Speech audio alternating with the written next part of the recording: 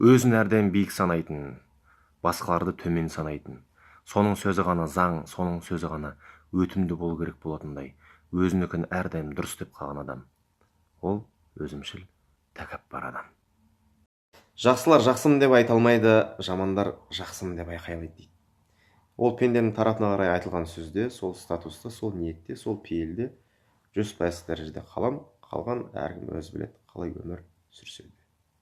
Жақсылар жақсымын деп айта алмайды, жамандар жақсымын деп айқай алады дейді.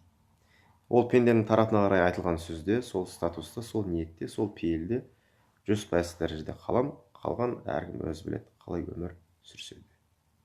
Алматыда отбасымызбен бірге тұрмаймыз. Анашым, өзімнің жананам, туған ағам, жеңгем барлығы Тараз қаласында. Мен Алматы қаласындамын. Гүлнәр есімді екінші анам бар. Сол кісінің үйіндемін.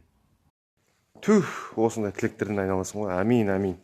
Аллах сіздің де отбасыңызға тек қана жақсылығын берсін. Жақсылығы болсын, сәттілігі болсын. Қайырмен, берекесімен, аман есен, ұзақ ғұмыр жасай беріңіздер. Әмин тағы да.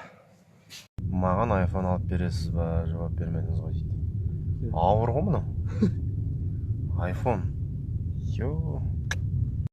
Қарағанда көзің тоятын, жүзіңе қуаныш сыйлай білетін, айтқанға толыққанды бағынып, иланып тұратын қыз болса, маған жеткілікті. Түсінемін, әйел адам қисық қабырғадан жаратылған, бірақ дей тұра, барлығын орнымен істесе, қыз қылығымен тәтті дейді ғой. Сыртқы сұлулыққа қарайсыз ба дейді. Оның несін жасырайын, біраз еркек сыртқы сұлулыққа қарайды негізінде. Көпке топырақ шашпаймын, өзім үшін жауап бере салайын, мойындаймын, қараймын сыртқы сұлулыққа. Бірақ ішкі жан дүниесімен үйлесім тауып тұрса, тек қана сұлулық емес. Тағы да ассалаумағалейкум. Енді жаңа эфирде болғаннан кейін сұрақтарыңызға арнайы жауап бере алмадым. Қазір жауап беруге тырысайын. Егер де қыз тәрбиелеймін десеңіз, онда ит сатып алыңыз дейді. Қалай түсінуге болады бұны?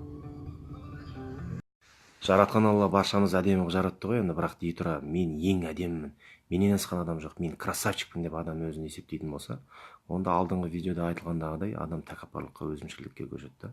Сондықтан да шүкір осы түрімізге.